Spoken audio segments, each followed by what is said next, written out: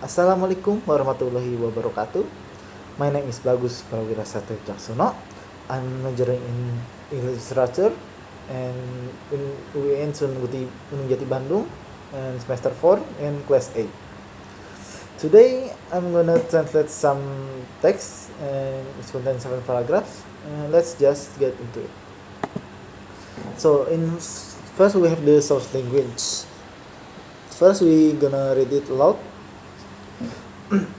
Emas putih adalah salah satu barang yang langka dan berharga di zaman dahulu.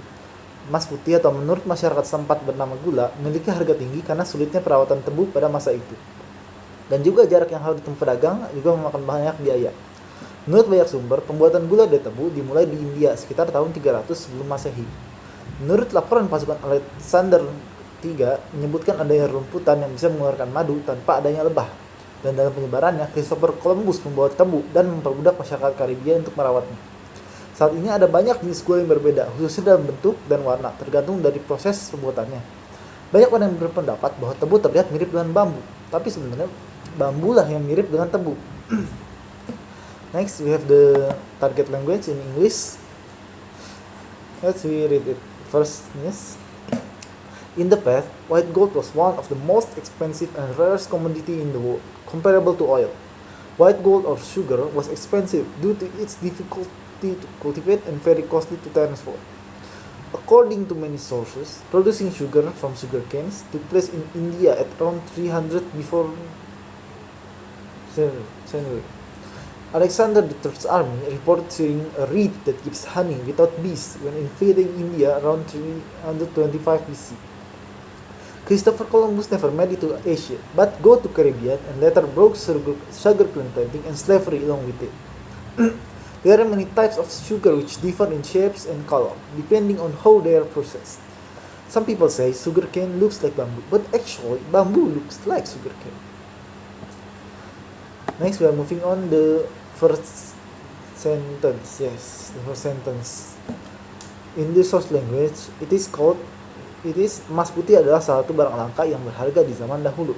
But in the target language, it is changed to in the past, white gold was one of the most expensive and rarest commodity in the world, comparable to oil. So, the technique used in this first sentence is addition and transposition.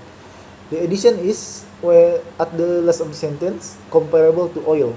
In the source language, there's no mention of oil at any sense. And transposition is changing the structure of the language. For example, in the source language, di zaman dahulu is at the end of the sentence, but in the target language, it is moved to the top and the first word of the sentence to in the past. Next to the second sentence.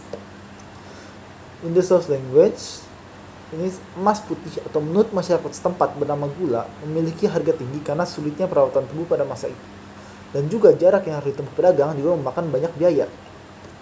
In target language, white gold or sugar was expensive due to its difficulty to cultivate and very costly to transport. So we can see the technique I use here is reduction and transposition. The transposition, as usual, is the changing the structure a bit and decreasing it a bit, and the reduction is the most notable reduction is the words after emas putih in source language. In the target language, there is no mention of the local produce or masyarakat setempat, but in the source language, it is included. So, it is reduced at target language and shortening the sentence. Into the next sentence. In the third sentence is in the source language, it is menurut banyak sumber. Juga proses menggunakan tebu ke gula dimulai sejak tahun 300 sebelum Masehi. In the target language, it is changed to according to my source, convert all sugar canes to sugar is made in 300 BC. The method used is literal translation. There's not many changes. It's basically just translating according to the source language to the target language, literally and directly to the target language. Next, into the fourth sentence. So, in the source language, it is written, menurut laporan pasukan Alexander III menyebutkan adanya rumputan yang bisa mengeluarkan madu tanpa adanya lebah. But in the target language, it is changed a bit. Alexander the Third's army reports seeing a reed that gives honey without bees when invading India around 325 BC. Transposition in this, the technique used in this sentence is transposition, particularization, and addition.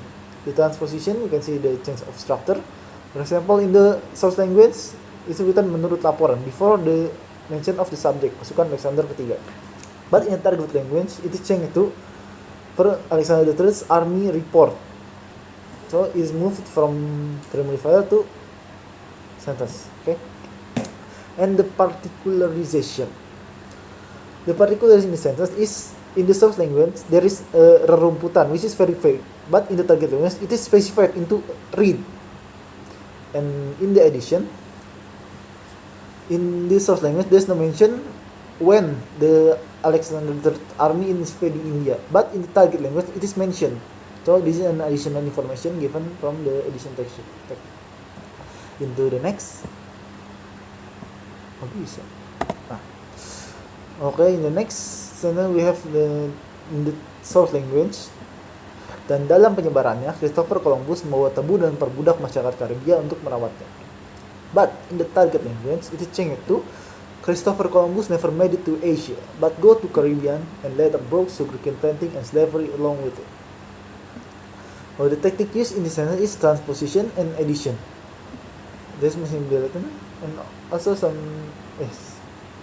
and a part of deletion. The transposition in this sentence is where the structure is changed from the yes to the target language, and the addition in this sentence is the addition and mention of Christopher Columbus never made it to Asia. The source language it isn't mentioned at all, and the deletion part is in the beginning. In the beginning of the source language, there's a what that says dan dalam penyebarannya, but in the target language it is not included. To the next. Nah, in the next we have the source language is saat ini ada banyak jenis gula yang berbeda, khususnya dalam bentuk dan warna, tergantung dari proses pembuatannya. In the target language, it is translated to there are many types of sugar which differ in shapes and color, depending on how they are processed. So there's not many switch, and basically the technique used is literal translation, because it's basically the same atau a bit different, but this is the same sentence. This is literally translated from the source language to the target language. To the next. The next we have the source language is banyak orang berpendapat bahwa tebu terlihat mirip dengan bambu, tapi sebenarnya bambu yang menyerupai tebu. In the target language, we have some people say sugarcane looks like bamboo, but actually bamboo looks like sugarcane. So in this sentence we use literal translation because it's a little bit long, but it's still the same basically. So banyak orang mendapat bahwa tebu terlihat mirip dengan bambu is translated to some people say sugarcane looks like bamboo. Atau a bit different in the second of the source language, tapi sebenarnya bambu yang menyerupai tebu. And in the it's translated but actually bamboo looks like sugarcane. So terlihat mirip and menyerupai is basically same translated to target language, can be generalization into looks like. So maybe other than literal translation, this technique also use generalization. And then the next, the end. Okay, I think that's enough for now from me. Thank you very much, and thank you. And if there's any lacking in my speak or in my pronunciation and in many things, I'm also a learner, and I'm deeply sorry about that. Thank you very much. Wassalamualaikum warahmatullahi wabarakatuh.